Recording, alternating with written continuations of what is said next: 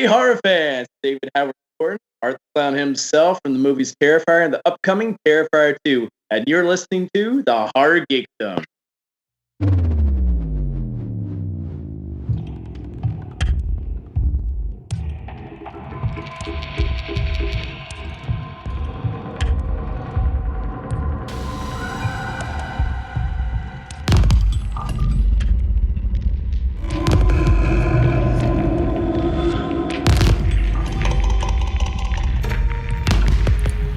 Welcome to the Horror Geekdom, the dungeon where we geek out on all things horror, thriller, mystery, and suspense.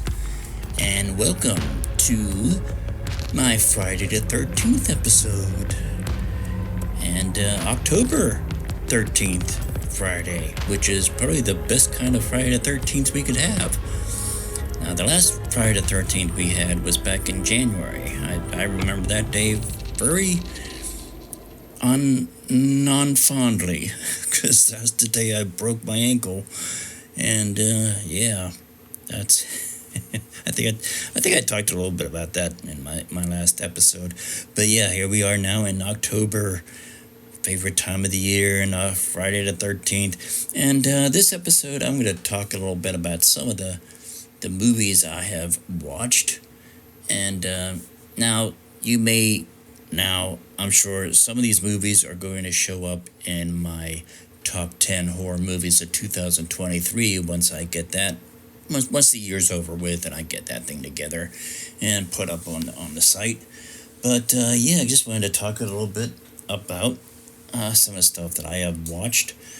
And, let's see, what should I go from the best to the worst, or start off with the worst and end up on the best? And by the way, if you want to see some of the movies I've watched and how I've ranked them, you go to my you go to my Letterboxd, boxed with a D. Just look up The Horror Geek, and you'll see my diary of films that I've watched and what I've rated, kind of ranked them.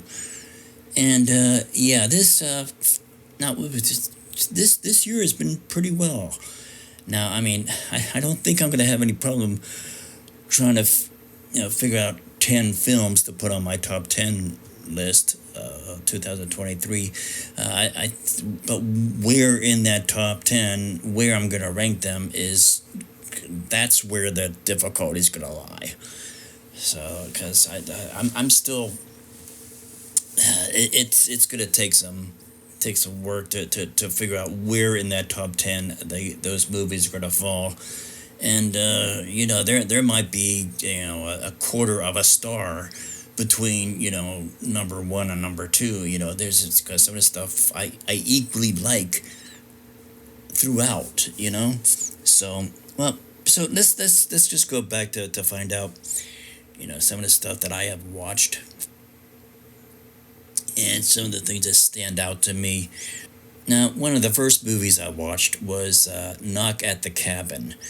This is a movie that is based on a book by Paul Tremblay.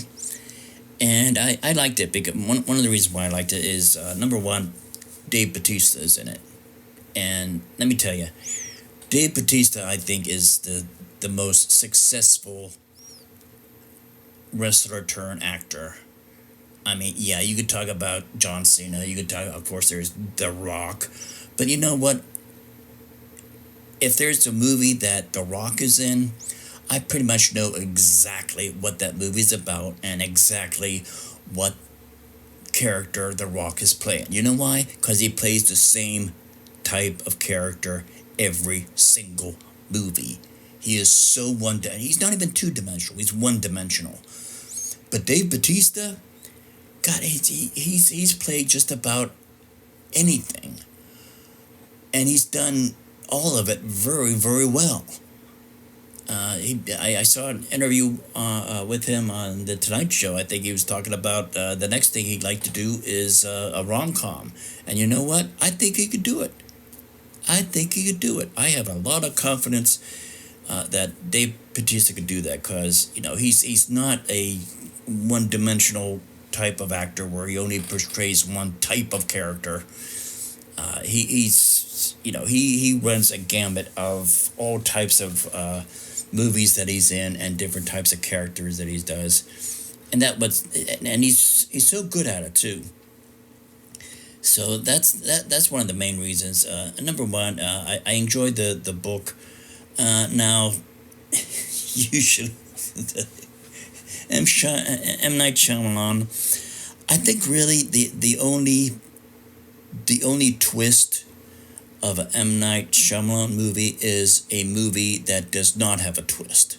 That would be the twist, because of course, near the end, M. Night Shyamalan pretty much he fairly in the first act or two, he stays true to the book, and then all of a sudden he goes off the rails, and he starts putting his own spin and his own thing. It's like, all right, well, all right. So I guess it's based on the book. Well, it's probably loosely based on the book, but I still enjoyed the movie.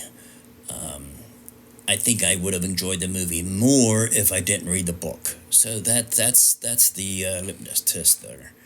So anybody's wondering about Knock at the Cabin, if you read the book, Cabin in the Woods, or I don't even remember the name of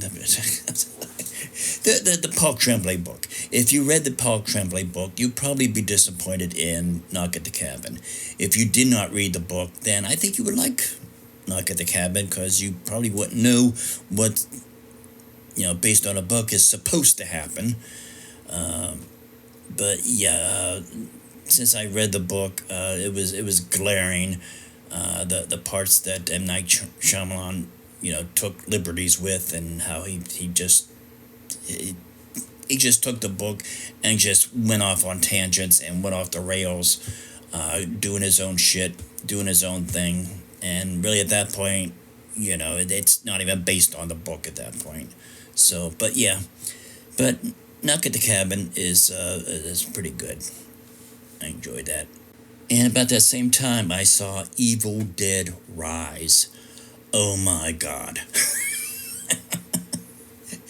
Now, I understand that the lady that portrayed the mom in this movie, and again, I do these episodes without a script, so I don't even have this information shit in front of me. Maybe I should pull that up. Hold on here.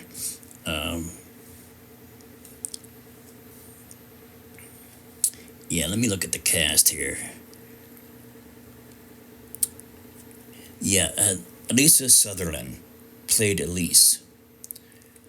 I saw a interview with her once where she said she does not like horror movies. She doesn't even watch horror movies. But Jesus, God, the way she acted, the scenes that she's done, and the way she portrayed that character was number one. It's a testament to Lee Cronin, who must have directed her very well to get that kind of performance from her.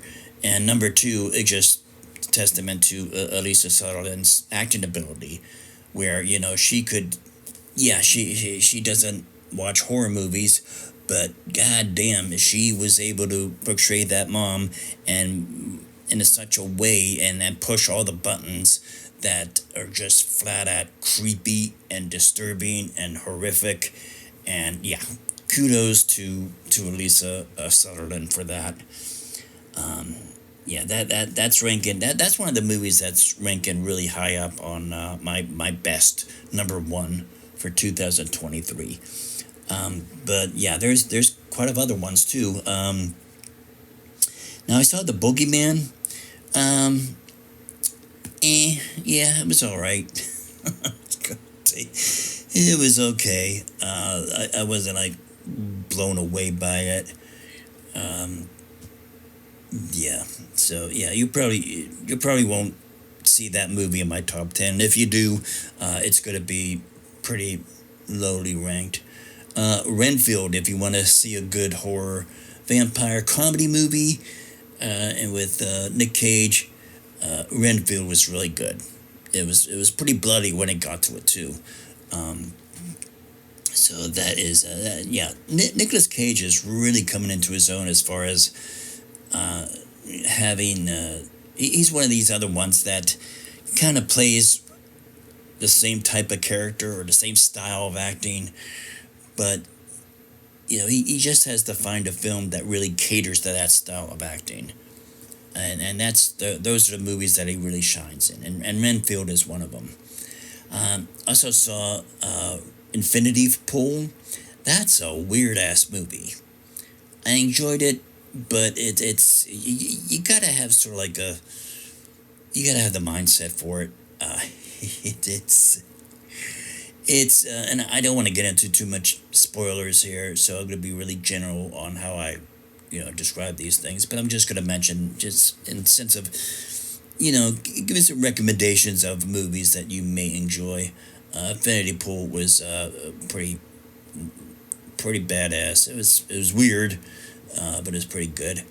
Um, Parasite. That's an older movie, 2019. I saw that. That was pretty good. That had a interesting twist to it. And let's see, the Pope's Exorcist. I enjoyed that. Basically, loosely based on the life of the the actual exorcist of the Vatican. I forget his name. Again, I'm not doing. I don't have my. I don't have the movie details and stuff pulled up in front of me, and I'm not going by a script. I'm just talking. With some other movies that I saw.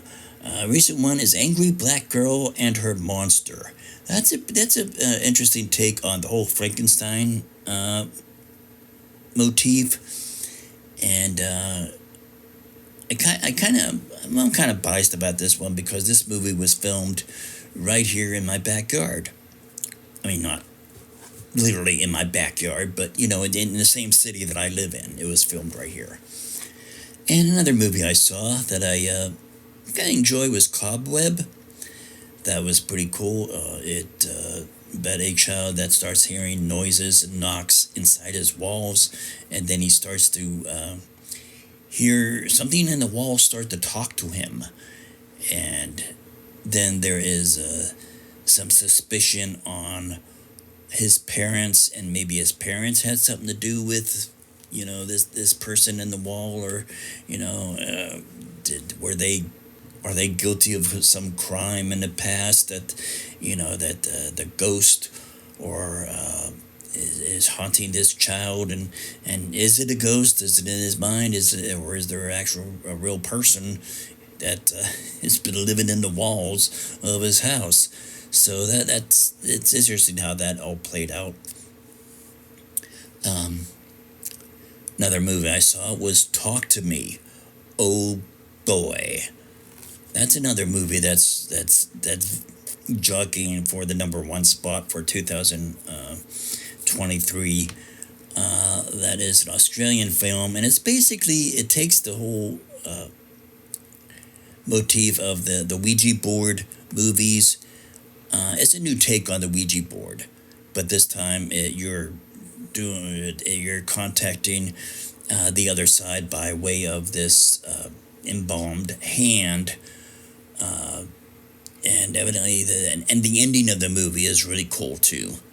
So there's at least one other hand somewhere out there in the world, other than the one that you follow in this movie. But Talk to Me is really good. And another older movie I saw was Scout's Guide to the Zombie Apocalypse. This is pretty good. If you just want just a stupid mind candy fun time. This is a cool movie. Basically, a zombie apocalypse goes down at the time that this scout troop is out in the woods. So as a result, they don't have any access to the news or anything, so they don't know what's happening. So when they get back into town, they see that the zombie apocalypse has already occurred and already started, and they're basically using the things that they've learned in Scouts to survive and fight off the zombies.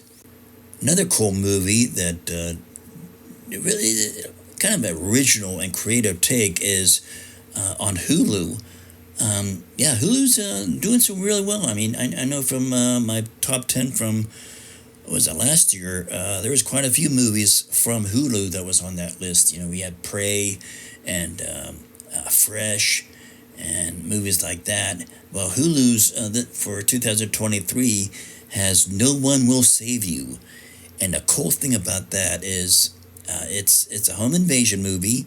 It's also an alien invasion movie.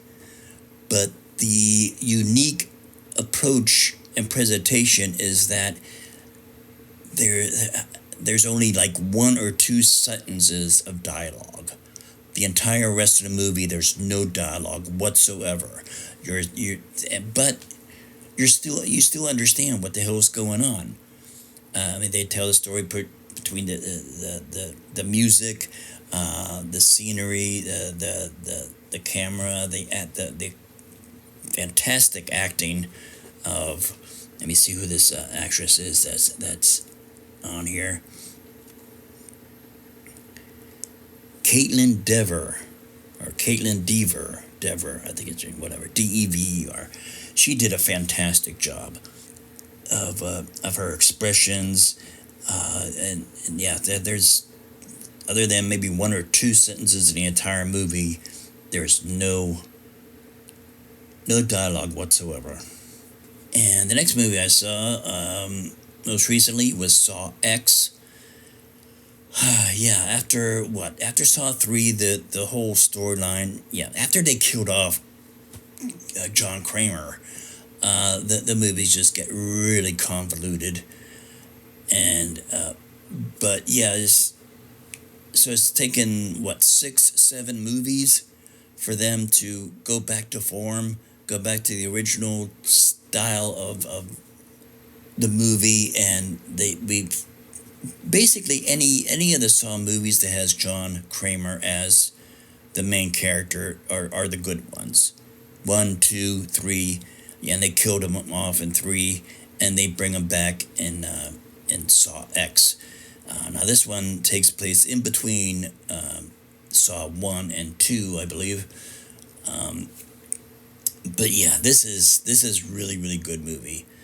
Subsequent movies, if they follow this, you know, if they have the sequel to Saw X, I don't know what they would call it, Saw X2, X.1, X.5, I don't know what is it, but I hope they continue on the storyline from the setup and the ending of this movie, because yeah, John Kramer actually meets his match. And they do some different things in this one than they haven't done in previous movies. But yeah, it's back to the OG, back to form, as they say, and yeah, it's about time. Well, another movie that I most recently watched up to this date is a really good one, When Evil Lurks. All right, and now there's another. This is like a demonic possession movie. There's another demonic possession movie out that I'm just going to say, When Evil Lurks accomplished what that other movie failed miserably to do. So if you pissed away your money and you're wasted 2 hours watching that other movie, and you want to get rid of that shit taste out of your mouth, watch When Evil Lurks. Okay? This movie goes right to the jugular, all right? It doesn't waste time. Now, there are some beats in there, so you're able to take, a rest, take a breather. So actually, one breath is about the only thing you're going to be able to take before it ramps up again. But this is from the same director that did Terrified. It's an Argentinian film, so yes, you will have to read subtitles. But yeah, just same as Terrified. That was a really good movie. This guy's his second movie, When Evil Lurks, is equally good, if not more. So that is currently playing at select theaters. Luckily enough, it was at a theater, same theater that I went to see Saw X at, and so I did like a double feature type thing. So I went to see that one. But it is going to be streaming, I believe, on Shudder soon. So yes, definitely check that out. Now, some other movies that I saw that I personally didn't care for. Um, VHS 85. I think I already gave that like 2.5 stars. It was okay. Again, with a lot of these anthology movie, uh, there may be one that's really really good, and the others are kind of so-so, and then or kind of divvied up between so-so and just flat out. Um, yeah, but VHS 85 is the newest movie in the VHS franchise, and yeah, I think there was only like one of those that I was able that I really enjoyed, and that was with I forget the name of the segment, but it's where the videotape is showing what's going to happen in the future. And the movie I saw that I didn't particularly care for was You're Killing Me. Uh, yeah, that movie was killing me. All right, I think I give it 2 stars. Uh, Perpetrator, I gave 1 star. In fact, I don't think I even fucking finished it. I mean, I don't mind slow burns, but Jesus Christ, give me some little morsels through every 10, 15 minutes to hook me along and drag help me keep my interest.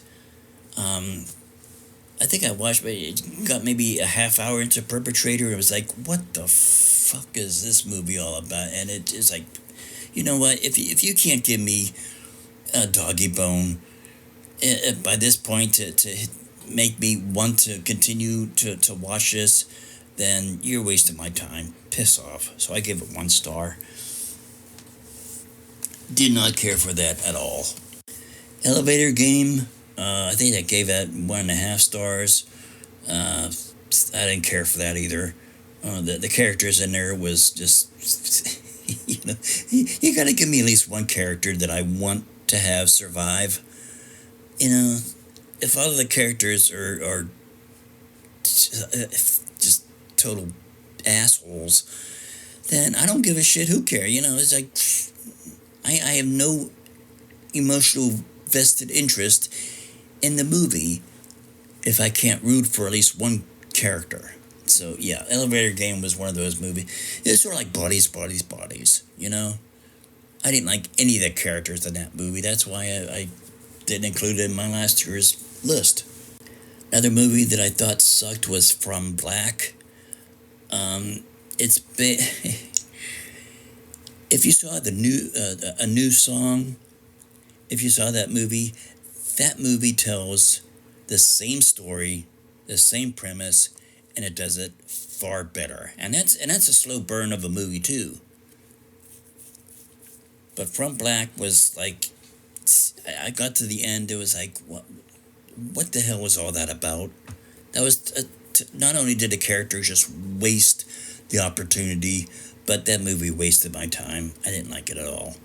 So if you want something like From Black, which is basically this woman going through this ritual, she's being, I guess, coached and guided through this ancient ritual to bring back her son or daughter or kid, whoever the fuck she was wanting to bring back. It's her kid, and she just totally fucks it up completely. A new song tells that kind of that premise of a story, and it does it far better. So, I got a chance to see Winnie the Pooh, Blood and Honey. Yeah, that was a piss poor movie. That's not going to be showing up in any of my list either. Another movie that I didn't even finish watching, Everything Everywhere All at Once. That movie, not even halfway, first half hour, I was already getting a headache. It was like, what the fuck is going on? My eyeballs are hurting, my brain is hurting, whatever. So yeah, I think I turned that one off like 20 minutes into it. So yeah, that one sucked for me. I didn't care for that. Oh, The Outwaters was another one that was stupid, poorly made. I don't know who the hell, what class that director or filmmaker went to, but he they must have given him a passing grade just to get rid of him, just to pass him along, because evidently he didn't learn a damn thing about how to make a good movie. That movie made absolutely no sense at all whatsoever.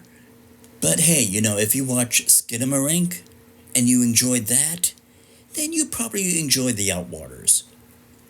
I didn't care for Skidamarink at all. I thought that was stupid, didn't make any sense. And you know what? The Outwaters left that same impression on me. The exact same impression. And last thing I'm going to mention is, I just spent earlier in the episode singing the praises of Nicolas Cage. Well, I'm going to piss on him right now. Prisoners of the Ghostland. What the hell was that? I couldn't understand. Number one, I couldn't understand the lore, the universe, the place, the planet, the time, whatever. I didn't understand a damn thing about it. I thought it was stupid. I don't know. It must have been a slow year for Nicolas Cage. He probably had to accept some kind of movie. Everybody has a mortgage. So I just hope they paid him a lot of money to do that, because, I think that movie, not even Nicolas Cage was able to save that movie. So yeah, Prisoners of the Ghostland, I thought he was completely wasted on that one. So yeah.